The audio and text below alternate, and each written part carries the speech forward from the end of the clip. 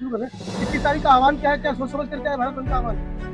21 अगस्त को पूरा भारत बंद किया जाएगा। SC ST का आरक्षण खतरे में है और भारत देश का संविधान खतरे में है।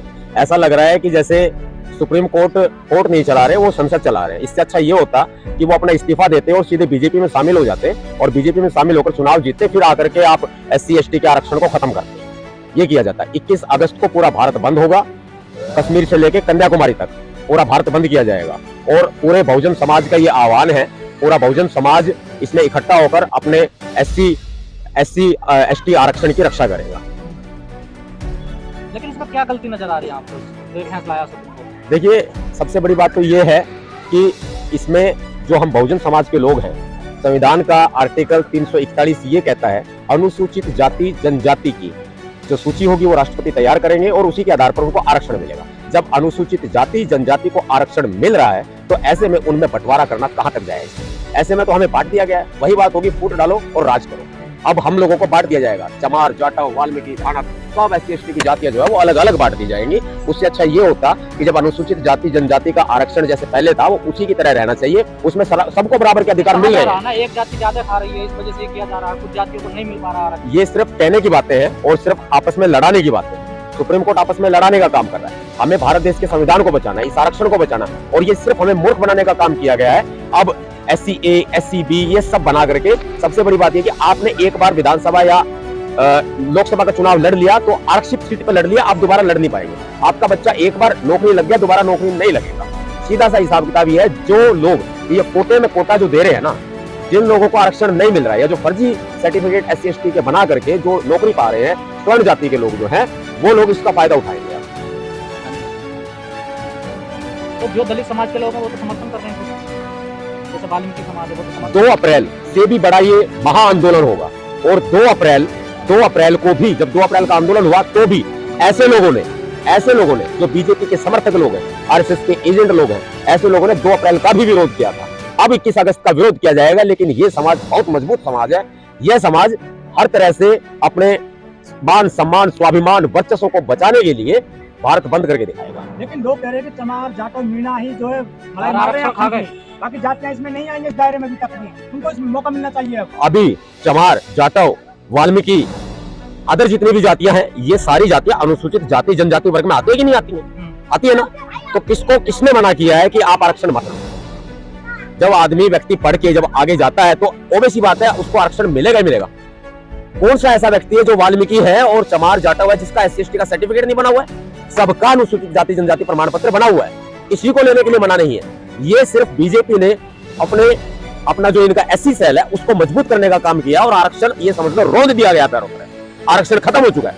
अब आरक्षण को बचाया पाना बहुत मुश्किल होगा। आरक्षण को यदि बचाना चाहते हैं तो 21 अगस्त को दिखा दो, भारत बंद करके दिखा दो।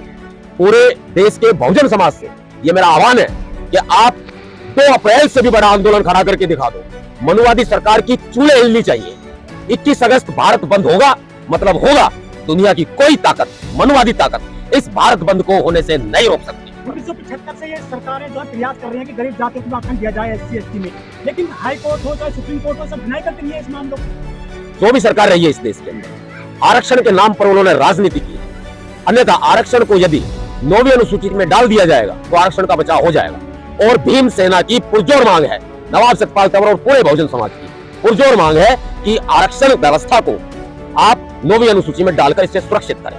सुप्रीम कोर्ट ने 2004 के अपने डिसीजन को पलटा है 2024। सुप्रीम कोर्ट संसद नहीं है। हम माननीय न्यायालय का बहुत सम्मान करते हैं, लेकिन माननीय न्यायालय की भी कुछ सीमाएं हैं और वो संविधान ने खींच रखी है। जब हमें आर्टिकल 341 साफ कह रहा है कि राष्ट्रपति के अधिकार क्षेत्र में है, तो सुप्रीम कोर्ट ने अकेले ये काम नहीं किया है। सुप्रीम कोर्ट ने बीजेपी की भाषा को बोला है। सुप्रीम कोर्ट ने बीजेपी की लाइन पर चलकर काम किया है। सुप्रीम कोर्ट ने बीजेपी की मंशा को सार्थक करके दिखाया है कि ये लोग अनुसूचित जाति जनजाति के विरोधी हैं। कभी हमने बचपन में सुना था कि अंग्रेजों ने फूट डालो राज करो की नीति अपनाई थी। वास्तविकता ये है कि RSS ने फूट डालो राज करो की नीति अपनाई हुई है। अब ये समाज चुप बैठने वाला नहीं है। बच्चा सड़क पर आएगा।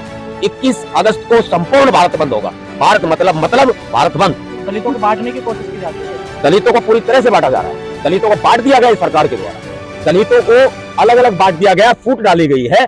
उनमें जाटव, चमार, वाल्मीकि में भेद कर दिया गया। जब अनुसूचित जाति जनजाति, बाबा साहब ने एक ही बात कही है ना, जातियों में तो नहीं बांटा ना भाई, आपकी जो जाति आप उसका सम्मान करो। मैं रॉयल वाल्मीकि हूँ, मैं द ग्रेट चमार हूँ, द ग्रेट जाटव हूँ, मैं द ग्रेट धानक हूँ, ये सारी बातें कही जा सकती है। जातियों में अपनी जाति पे गर्व करने में अच्छा लगता है, लेकिन जब बाबा साहब ने कहा अनुसूचित जाति जनजाति और बहुजन समाज का नारा दिया मान्यवर साहब काशीराम जी ने, बहुजन समाज को तोड़ दिया गया, मान्यवर साहब काशीराम जी की विचारधारा को तोड़ दिया गया, बाबा साहब अंबेडकर जी के 4-4 बच्चों की कुर्बानी को खत्म कर दिया गया, बाबा साहब अंबेडकर जी के और माता रमाबाई के संपूर्ण त्याग को पैरों तले रोक दिया गया है। ये समाज कैसे चुप बैठ जाएगा? हमारी इज्जत उतारी जा रही है, हमारा मान सम्मान स्वाभिमान दांव पर लग गया है। आज संविधान खत्म किया जा रहा है। आज हालात ये पैदा हो गए हैं कि भारतीय जनता पार्टी ने अनुसूचित जाति जनजाति वर्ग की एकता को ये लोग बर्दाश्त नहीं कर पाए। लेकिन नेता तो नहीं बोल रहे ना इसमें, देखिए समाज जनता सब जानती है, हमारे दलित नेता ही नहीं पूरे विश्व के नेता सिर्फ बाबा साहब अंबेडकर है। और बाबा साहब अंबेडकर ने कहा मेरे मिशन को तुम आगे ना ले जा सको तो पीछे भी मत जाने देना।